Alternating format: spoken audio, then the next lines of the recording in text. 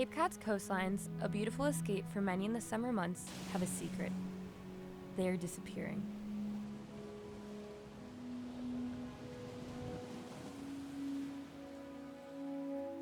Cape Cod, Massachusetts, located on the U.S. East Coast, is home to many people, creatures, and landscapes.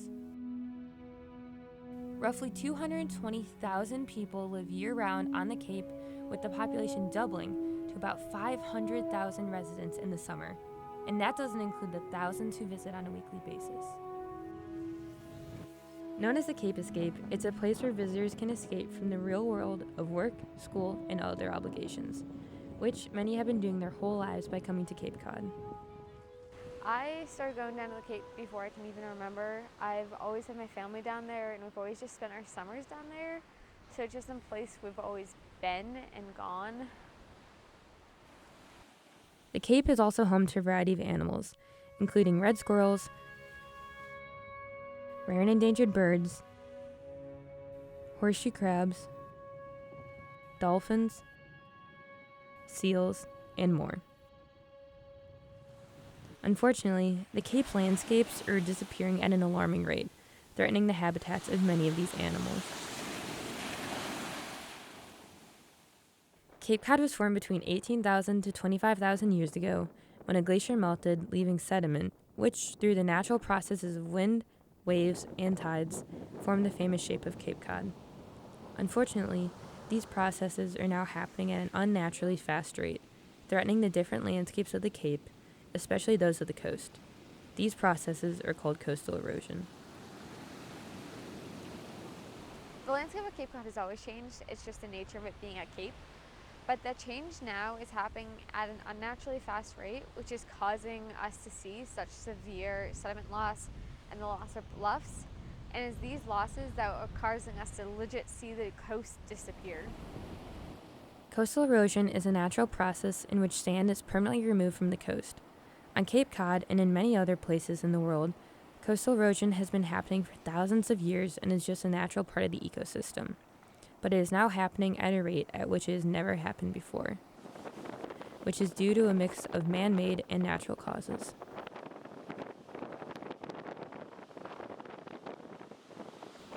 One of the most harmful causes of coastal erosion is people walking in and on the protected coastal landscapes, loosening the soil and harming dune stabilizing plants. But the main anthropogenic cause is climate change. Climate change affects coastal erosion primarily through the increasing frequency and strength of storms, along with the rise in sea level. The frequency and powerful storms changes the coastline, but also doesn't give it time to heal. A storm hits and causes damage, and before the damaged coastline can even settle, another storm hits, causing even more extreme damage.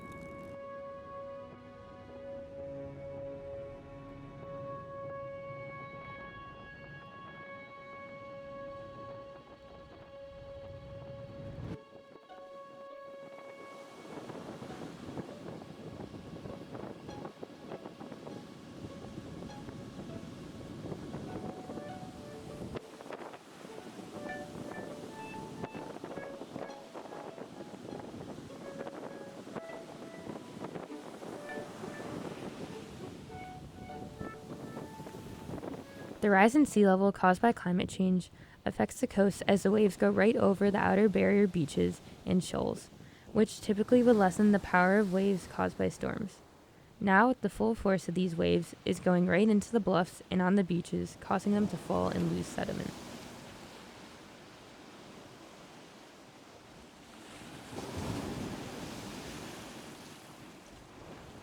One of the areas that has seen the most effects of sea level rise is the Monomoy Island National Wildlife Refuge in Chatham.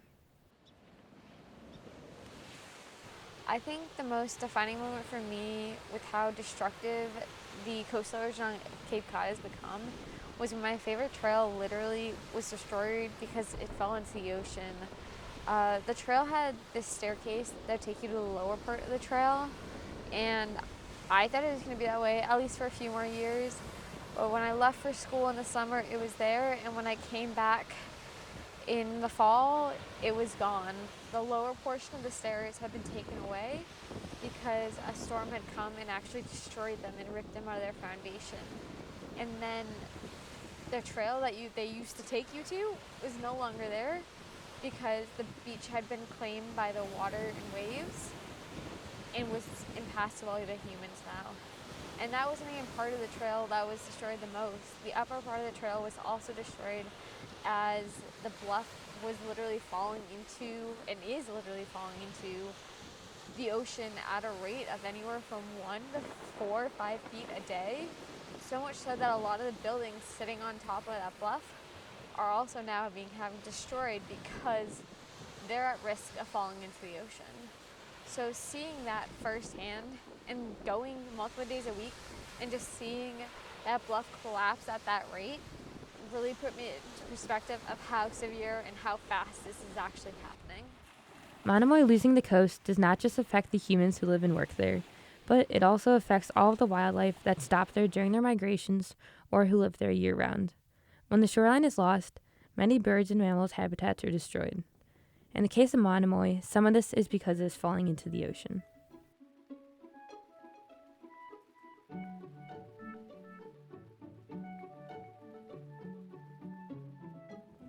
Where in other parts, the ocean is creeping into the coastal forest, which cannot handle the constant salt water, causing the vegetation to die and then bringing what's left of it out to sea with the shifting tides.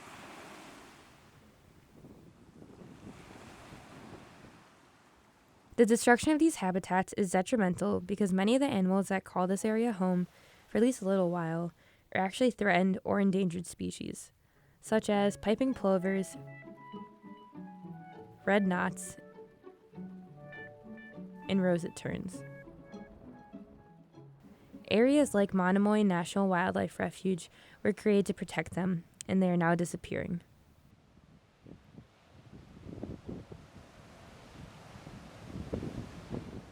Many areas of the national seashore are experiencing the intense effects of coastal erosion.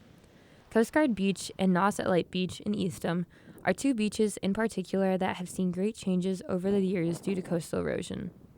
Both locations have had to change their beach entrances numerous times due to the erosion of the bluffs, as well as destruction of their paths and staircases.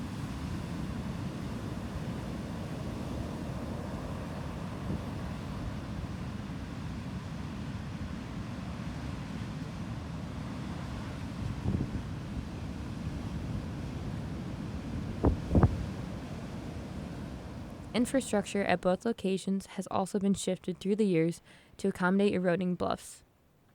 Visitors to these magnificent beaches can expect to see pipes, cement, bricks, and more coming out of the bluff as remnants as what was once there.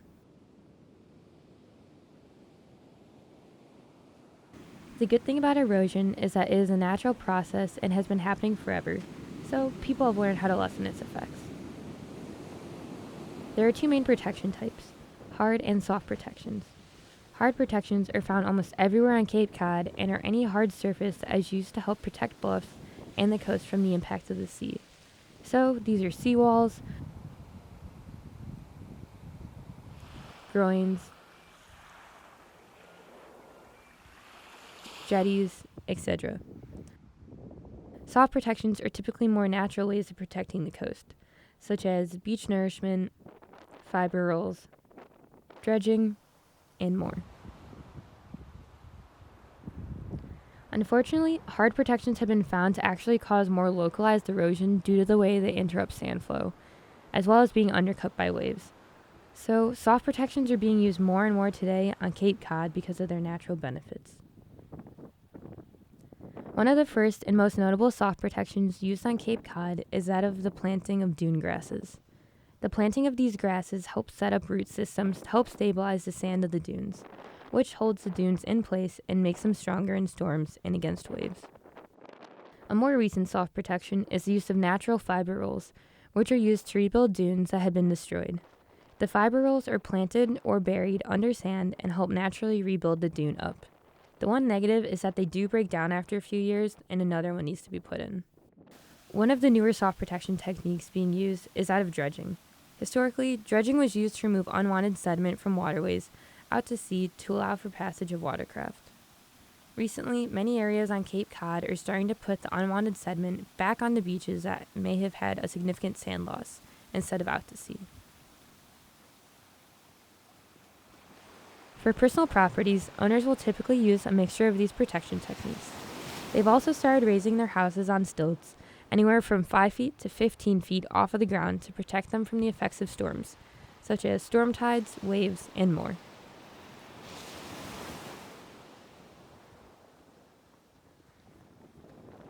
Although we cannot change what has already happened, the people of Cape Cod are finding ways to help slow the effects of coastal erosion, protect the landscapes for all of the creatures that call Cape Cod home, and preserve for future generations. Unfortunately, these precautions only slow and lessen the effects of this unnatural coastal erosion. They will never stop it. Increased coastal erosion is not just an isolated incident to Cape Cod. Coasts all around the world are seeing the same effects on their shores. From the cliffs of Great Britain to the beaches of Australia, the Earth's coasts are disappearing. Coastal erosion will continue to be a problem until people realize how their actions impact the planet.